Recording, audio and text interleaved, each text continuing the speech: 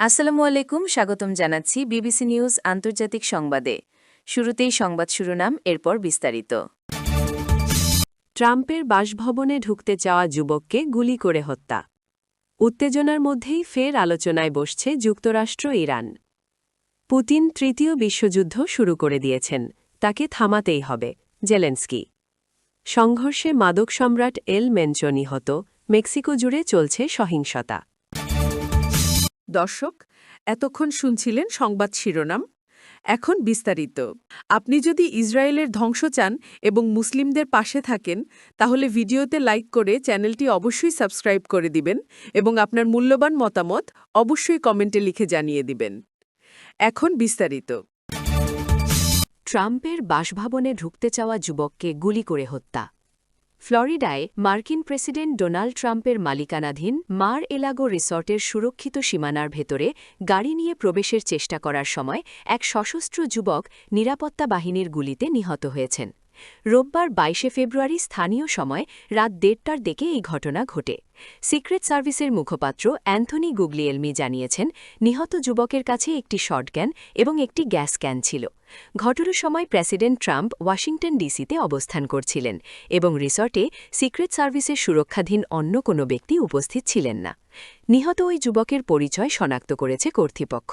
তার নাম অস্টিন টাকার মার্টিন, ২১, যার বাড়ি উত্তর ক্যারোলিনায়। পাম বিচ কাউন্টির শেরিফ রিক ব্র্যাডশ জানান, রিসর্টের উত্তর গেট দিয়ে একটি গাড়ি বেরিয়ে যাওয়ার সময় মার্টিন তার গাড়ি নিয়ে ভেতরে ঢোকার চেষ্টা করেন। সেখানে উপস্থিত দুজন সিক্রেট সার্ভিস এজেন্ট এবং একজন শেরিফ ডেপুটি তাকে বাধা দিলে তিনি হাতি থাকা গ্যাস ক্যানটি নিচে রেখে শটগানটি লক্ষ্যস্থির করার ভঙ্গিতে উঁচিয়ে ধরেন। তাৎক্ষণিকভাবে আইনশৃঙ্খলা রক্ষাকারী বাহিনী গুলি চালালে ঘটনাস্থলেই তার মৃত্যু হয়। প্রাথমিক তদন্তে জানা গেছে, উত্তর ক্যারোলিনা থেকে ফ্লোরিডা আসার পথে তিনি শটগানটি কিনেছিলেন এবং তার পরিবার সম্প্রতি তাকে নিখোঁজ বলে রিপোর্ট করেছিল। হোয়াইট হাউসের মুখপাত্র ক্যারোলিন লেভেট এই ঘটনার প্রতিক্রিয়ায় বলেছেন, সিক্রেট সার্ভিস অত্যন্ত দ্রুত এবং সাহসিকতার সাথে একজন সশস্ত্র অনুপ্রবেশকারীকে প্রতিহত করেছে। এফবিআই পরিচালক তাশ প্যাটেল জানিয়েছেন, এই ঘটনার নেপথ্যে কোনো নির্দিষ্ট উদ্দেশ্য ছিল কিনা তা জানতে সংস্থাটি সব ধরনের সম্পদ নিয়োগ করে তদন্ত শুরু করেছে। তারা স্থানীয় বাসিন্দাদের সিসিটিভি ফুটেজ দিয়ে সহায়তা করার অনুরোধ জানিয়েছেন। উত্তেজনার মধ্যেই ফের আলোচনায় বসছে যুক্তরাষ্ট্র ইরান। সুইজারল্যান্ডের জেনেভায় ইরান ও যুক্তরাষ্ট্রের মধ্যে তৃতীয় দফার পরোক্ষ পরমাণু আলোচনা অনুষ্ঠিত হতে যাচ্ছে বৃহস্পতিবার ২৬ ফেব্রুয়ারি। ওমানের পররাষ্ট্রমন্ত্রী বদার আল বুসাইদি এই আলোচনার বিষয়টি নিশ্চিত করেছেন। দীর্ঘদিনের অচলাবস্থা কাটিয়ে একটি চুক্তিতে পৌঁছানোর লক্ষ্যে মধ্যস্থতাকারী হিসেবে ওমান এই ইতিবাচক পদক্ষেপকে স্বাগত জানিয়েছে। ইরানের প্রেসিডেন্ট মাসুদ পেজিশকিয়ান এই আলোচনা নিয়ে কিছুটা আশাবাদ ব্যক্ত করেছেন। রোববার ২২ ফেব্রুয়ারি এক বার্তায় তিনি জানান, পূর্ববর্তী আলোচনাগুলো থেকে কিছু উৎসাহব্যঞ্জক সংকেত পাওয়া গেছে এবং উভয় পক্ষ ব্যবহারিক কিছু প্রস্তাব বিনিময় করেছে। তবে একই সঙ্গে তিনি সতর্কবার্তা দিয়ে বলেছেন, তেহরান শান্তি ও স্থিতিশীলতার পক্ষে হলেও যে কোনো পরিস্থিতির মোকাবিলা করার জন্য প্রয়োজনীয় প্রস্তুতি নিয়ে রেখেছে। এদিকে ওয়াশিংটনের পক্ষ থেকে পারস্য উপসাগরীয় অঞ্চলে সামরিক উপস্থিতি উল্লেখযোগ্যভাবে বৃদ্ধি করা হয়েছে।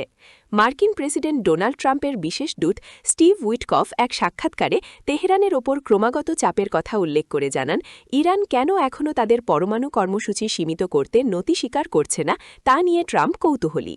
বর্তমানে মধ্যপ্রাচ্যে যুক্তরাষ্ট্রের বিমান ও নৌবাহিনীর উপস্থিতি ২০০৩ সালের ইরাক আক্রমণের পর সর্বোচ্চ পর্যায়ে রয়েছে বলে জানা গেছে। পুতিন তৃতীয় বিশ্বযুদ্ধ শুরু করে দিয়েছেন, তাকে থামাতেই হবে। ইউক্রেনের প্রেসিডেন্ট ভলোদিমির জেলেনস্কি বর্তমান পরিস্থিতি ও যুদ্ধ নিয়ে তার কঠোর অবস্থানের কথা জানিয়েছেন। তিনি অত্যন্ত দৃঢ়কণ্ঠে দাবি করেছেন, রুশ প্রেসিডেন্ট ভ্লাদিমির পুতিন ইতোমধ্যেই তৃতীয় বিশ্বযুদ্ধ শুরু করে দিয়েছেন এবং তাকে থামানোর একমাত্র পথ হল তীব্র সামরিক ও অর্থনৈতিক চাপ প্রয়োগ করা। বিবিসিকে দেওয়া এক বিশেষ সাক্ষাৎকারে তিনি এসব কথা বলেন। জেলেনস্কি স্পষ্ট করে বলেন, ইউক্রেন এই যুদ্ধে পরাজিত হবে না, বরং শেষ পর্যন্ত বিজয়ী হিসেবেই আত্মপ্রকাশ করবে। যুদ্ধবিরতির বিনিময়ে পুতিনের আঞ্চলিক দাবিগুলো মেনে নেওয়ার বিষয়টিকে জেলেনস্কি সরাসরি প্রত্যাখ্যান করেছেন। রাশিয়ার দখলে থাকা দোনেৎস্ক, খেরসন ও জাপোরিজিয়া অঞ্চলের কৌশলগত জমি ছেড়ে দেওয়াকে তিনি কেবল ভূখণ্ড হারানো নয়, বরং সেখানে বসবাসরত লাখ লাখ মানুষকে পরিত্যাগ করা এবং ইউক্রেনীয় সমাজকে বিভক্ত করা শামিল বলে মনে করেন। তার মতে, পুতিনকে এখন থামানো না গেলে তিনি ভবিষ্যতে ইউরোপের অন্য দেশগুলোতেও হামলা চালাবেন। সাক্ষাৎকারে মার্কিন প্রেসিডেন্ট ডোনাল্ড ট্রাম্পের ভূমিকা নিয়েও আলোচনা হয়। ট্রাম্প ও তার প্রশাসন ইউক্রেনকে দ্রুত আলোচনার টেবিলে বসার এবং আঞ্চলিক ছাড় দেওয়ার জন্য যে চাপ দিচ্ছে সে বিষয়ে জেলেন্সকি কিছুটা কৌশলী অবস্থান নিয়েছেন। তিনি জানান, মার্কিন নিরাপত্তা নিশ্চয়তা কেবল কোনো প্রেসিডেন্টের মৌখিক প্রতিশ্রুতি নয়, বরং তা কংগ্রেসের মাধ্যমে প্রাতিষ্ঠানিক হতে হবে, যাতে সরকার পরিবর্তন হলেও সমর্থন বজায় থাকে। এছাড়া ইউক্রেনে সাধারণ নির্বাচন আয়োজনের মার্কিন দাবির বিষয়ে তিনি বলেন, যুদ্ধের মধ্যে নির্বাচন করা প্রযুক্তিগতভাবে কঠিন হলেও শর্ত সাপেক্ষে তিনি এতে রাজি হতে পারেন, তবে তার আগে ইউক্রেনের নিরাপত্তা নিশ্চিত করতে হবে। বিজয় বলতে জেলেন্সকি কেবল হারানো ভূমি ফিরে পাওয়া নয়, বরং ইউক্রেনের স্বাধীনতা রক্ষা এবং বিশ্বজুড়ে ন্যায় বিচার প্রতিষ্ঠাকে বুঝিয়েছেন। তিনি আক্ষেপ করে জানান, রাশিয়ার ক্ষেপণাস্ত্র হামলা রুখতে প্রয়োজনীয় প্যাট্রিয়ট প্রতিরক্ষা ব্যবস্থা বা তা তৈরির লাইসেন্স এখনও পশ্চিমা মিত্রদের কাছ থেকে পাওয়া যায়নি। পরিশেষে তিনি আশাবাদ ব্যক্ত করে বলেন, পুতিন যুদ্ধ থামাতে না চাইলেও সঠিক কূটনৈতিক ও সামরিক পদক্ষেপের মাধ্যমে তাকে পিছু হটতে বাধ্য করা সম্ভব। সংঘর্ষে মাদক সম্রাট এল মেনচো নিহত। মেক্সিকো জুড়ে চলছে সহিংসতা। মেক্সিকোর অন্যতম শক্তিশালী অপরাধী সংগঠন জালিস্কো নিউ জেনারেশন কার্টেল সিজেএনজি এর প্রধান এল মেনচো নামে পরিচিত নেমেসিও রুবেন ওসেগুয়ারা সার্ভান্তেস নিরাপত্তা বাহিনীর অভিযানে নিহত হয়েছেন।